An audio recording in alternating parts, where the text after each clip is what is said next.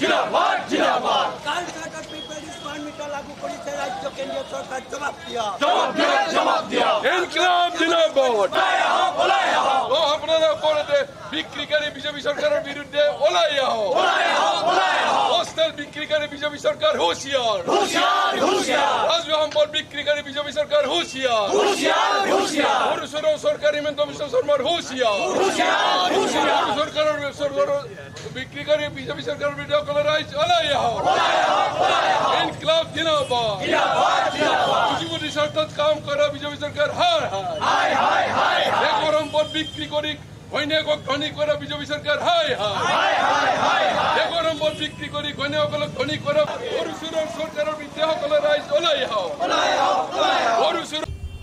আজি আমাৰ ভাৰতবৰ্ষত সৰ্বাত্মক ধৰ্মঘট, যি ধৰ্মঘটত বনদলে ৰূপান্তৰিত হৈছে। 10টা কেন্দ্ৰীয় ট্ৰেড ইউনিয়ন আৰু কৃষি শ্ৰমিক আৰু ফেডাৰেশ্যনে বন্ধ আহ্বান দিছে ধৰ্মঘটৰ। এই ধৰ্মঘটৰ মূল দাবী হৈছে যে অসমৰ আৰু ভাৰতবৰ্ষৰ দেশীয় যি সম্পত্তি এটা এটাকৈ বিক্ৰী কৰি আদানী আম্বানী গোষ্ঠীৰ হাতত পানীৰ দামত তুলি দিছে।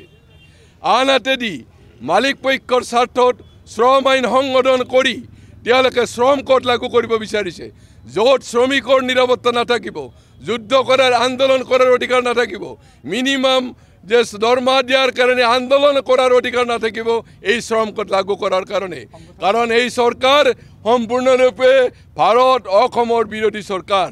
অসমৰ এখন চৰকাৰ হৈছে হিমন্ত বিশ্ব শৰ্মা, ভাৰতবৰ্ষৰ পৃথিৱীৰ আটাইতকৈ মিছলীয়া এজন মুখ্যমন্ত্ৰী। এই মুখ্যমন্ত্ৰীয়ে কৈছিল জাগিৰোডৰ কাগজ কল তাতাক দি পিনে অসমীয়া সমাজৰ নদন বদন হ'ব, কিন্তু বাস্তৱ ক্ষেত্ৰত আজি কি হ'ল, তাত 517 বিঘা মাটি হিমন্ত বিশ্ব নিৰ্লজ্জ মুখ্যমন্ত্ৰী 517 টকাত বিক্ৰী কৰিছে আৰু ভিতৰে ভিতৰে কোটি কোটি টকা তেওঁ পকেটত ভৰাইছে। এই হৈছে চৰকাৰৰ নীতি। আপোনালোকে জানে খিৰগাই কি অৱস্থা হৈছে, যন্ত্ৰমল লৈ পূজা কৰে একেবাৰে, আৰু পূজা কৰিবই, কাৰণ আটাইতকৈ দাগাবাজ চুৰ এজন মন্ত্ৰী, এজন হিমন্তৰ মন্ত্ৰী, আৰু তেওঁকে আজি ৰক্ষণাবেক্ষণ দি আছে। জানে যে হিমন্ত বস্ত্ৰও জানে যে মতিৰিৰ নামতো কেইবা কোটি লুণ্ঠন কৰি মই ধনী কৰিছোঁ। এতিয়া জয়ন্ত মল্লকো চুৰ কৰিব দিছে, তেওঁৰ ঘৈণীয়েকো কোটি কোটি টকাৰ সম্পত্তি হওক। তাৰমানে তেওঁলোকেও যি পুঁজিপতি দালাল আৰু হিন্দু মুছলমানৰ কথা কৈ সাধাৰণ মানুহক লুটি পুটি খাই আছে। আজিৰ এই ধৰ্মঘট স্বতঃস্ফূৰ্ত হৈছে গোটেই ভাৰতবৰ্ষত। ইয়াৰ প্ৰতিবাদত আমি আগত দিনত আৰু তীব্ৰ আন্দোলন কৰিম, আৰু 26 চনত আমি দেখুৱাই দিম তুমি নীতিবৰ্তন কৰি নকৰিলে, তুমি গৰু চুৰৰ চৰকাৰ ধৰি ৰাখিলে এই চৰকাৰক মানুহে অফৰাই দিব। এইখিনি আজি মূল দাবী।